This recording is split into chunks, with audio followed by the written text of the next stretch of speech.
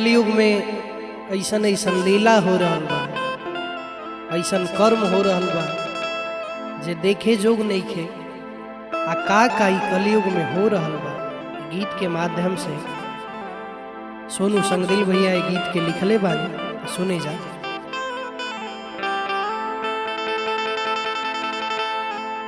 अरे भाई भाई में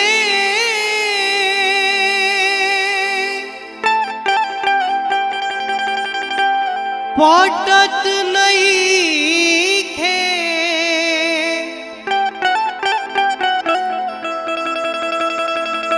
अरे अलगा खाताड़े बाप माई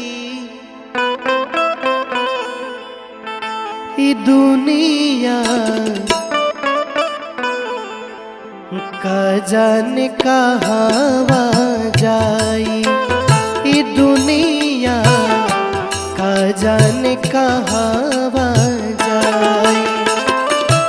भाई भाई में पटत नहीं खे,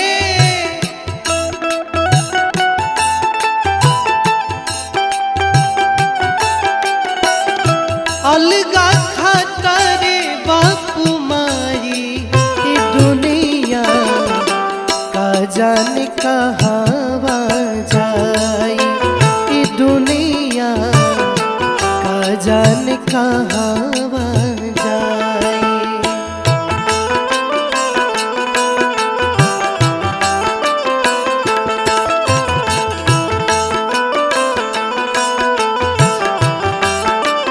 जय हो।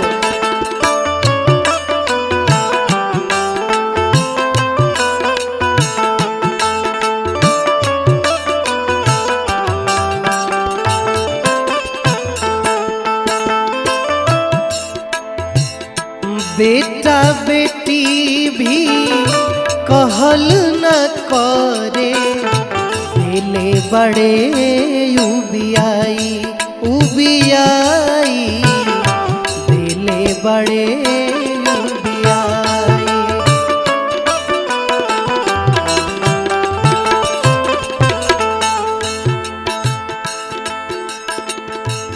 तनी सा डटला पिटला परू,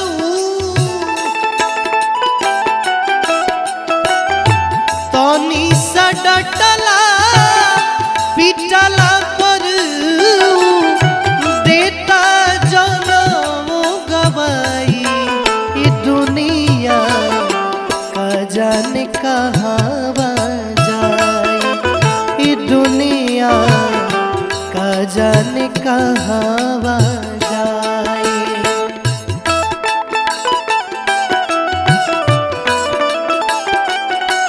जय हो जय हो।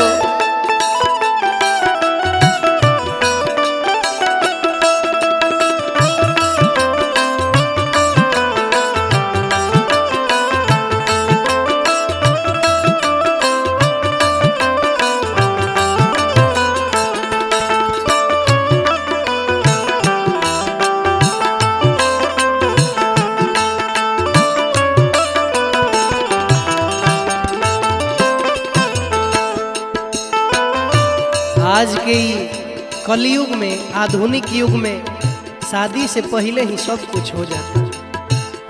शादी के पहले सब कुछ होता, बाप माई के भर माई भर माई, बाप माई के भर माई।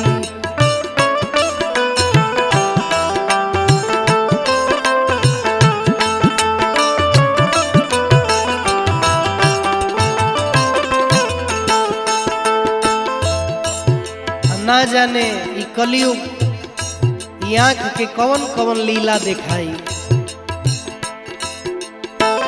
कौन कौन लीला एह अखियन के,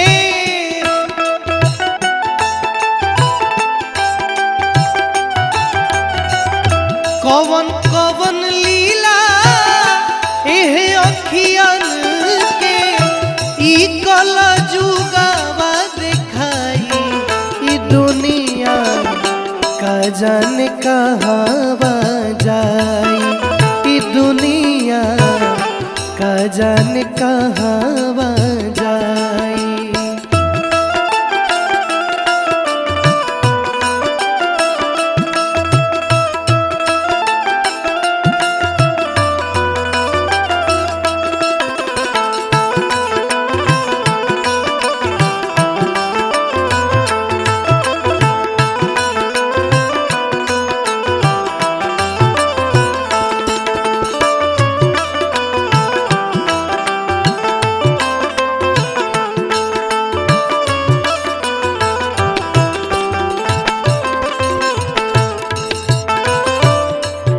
पहले के लोग के लाज लिहाज ही सब कुछ रहे।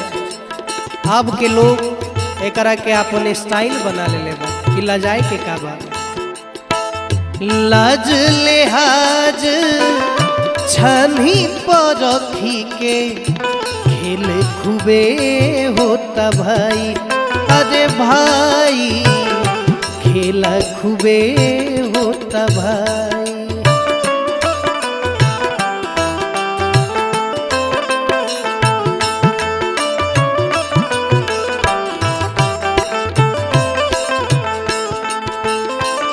सोनू संग दी अंजनी संगवा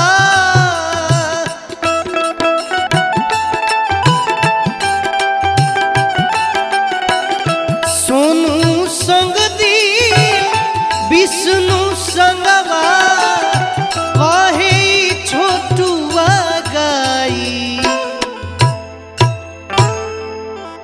सोनू संग दी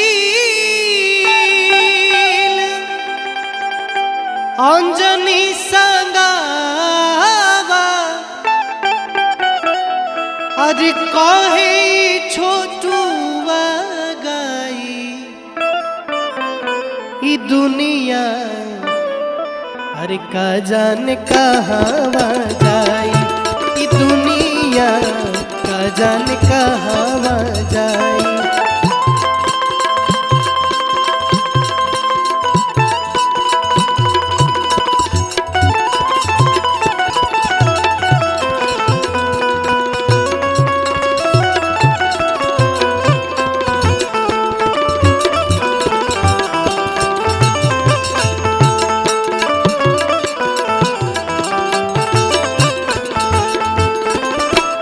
आदि भाई भाई में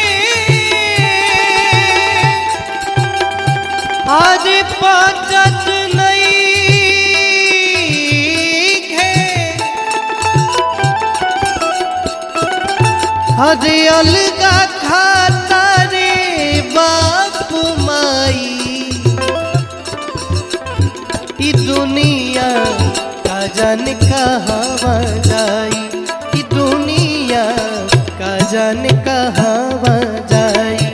ई दुनिया का जाने कहाँ जाई। ई दुनिया का जाने कहाँ